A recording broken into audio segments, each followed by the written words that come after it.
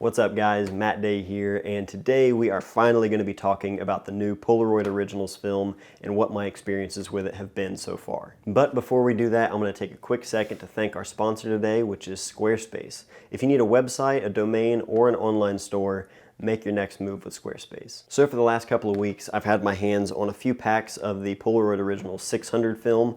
I've shot 2 packs of the color. I have one more that I'm probably going to finish tonight, and I've also shot 1 pack of the black and white film. And I've been using the 600 because I've been using the Polaroid one-step close-up. This is actually my very first instant camera I ever bought.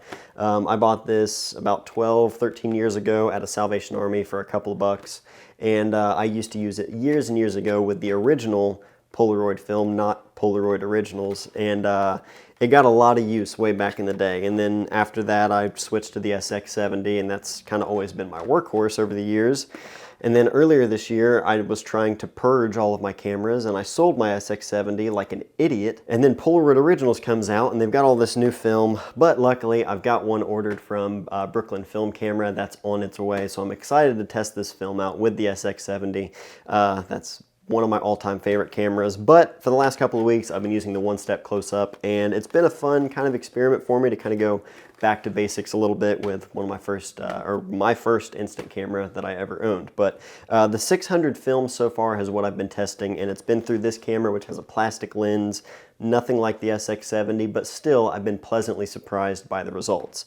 Right off the bat, the color film, I can definitely tell it's a new formula in terms of the color, because the color has been a lot more true to life than the last pack of the color film from Impossible Project that I've shot. So more rich color, more natural color. Also, the developing time seems to be a little bit quicker. I don't pay too much attention to that, honestly. Whenever I'm shooting, I shoot the photo, I put it in my pocket, and I just kind of keep going. So some people, that's a really big deal. It's never really bothered me, but it does seem to be developing a little bit quicker. It's still recommended that you kind of shield the photo from light. You don't just hold it up directly to the light, which I know that drives some people nuts, but again, for me, it usually goes in my front pocket or my back pocket, and I just keep shooting.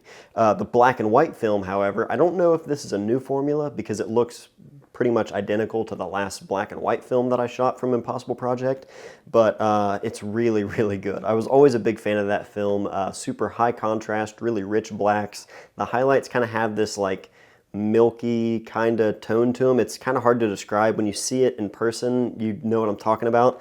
But it has a really, really cool look. The developing time on that is like instant. I mean, I couldn't see anybody complaining about the developing time of the black and white film because it's so, so quick. Really, really cool though. Really good film, and that's what I'm most concerned about with this. I don't really worry too much about developing times, things like that. The end result is what I'm mostly after, and I can definitely say this film has delivered 100%, especially considering I'm buying it now for less than I used to.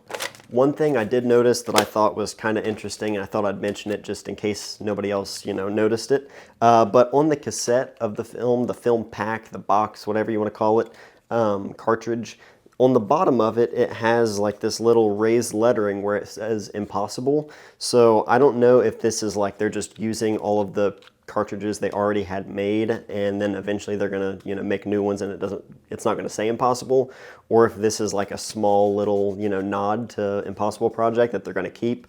I don't know. It's hard to notice it at first, so that's why I'm wondering if maybe they intentionally put that there, or if this is just, I'm assuming it's leftover, but still, I thought that was kind of interesting to be buying Polaroid Originals film, but still seeing a little bit of evidence of Impossible Project there, so I thought that was cool. So all in all, I have enjoyed the film. I'm gonna go ahead and share some of my favorite photos here. You can kind of see in some of the photos in the color film and the highlights, in bright sun, I was getting a little bit of a pinkish kind of color to the sky in the highlights. It was as bright as it could possibly be that day, and I wasn't really using much exposure compensation.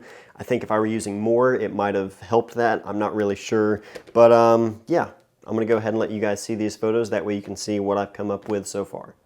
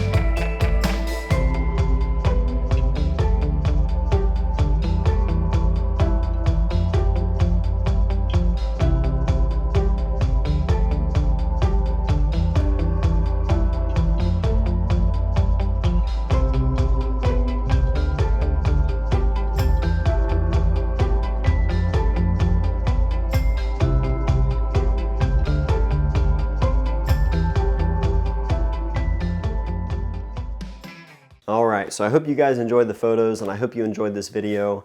Again, I'm going to be shooting some more of this film in the SX70 version very, very soon, and I'm definitely going to make a follow-up video to that as well. That way you guys can see some of those results, and we can continue to talk about this film and what's all to come, because honestly, after shooting a few packs of this stuff, I'm very, very hopeful for the future of Polaroid Originals, and I think if they just kind of play their cards right and keep improving on the film itself, they're going to do really great things. I'm also still waiting to try and get a 1-Step 2 review unit that I can make a video for you guys.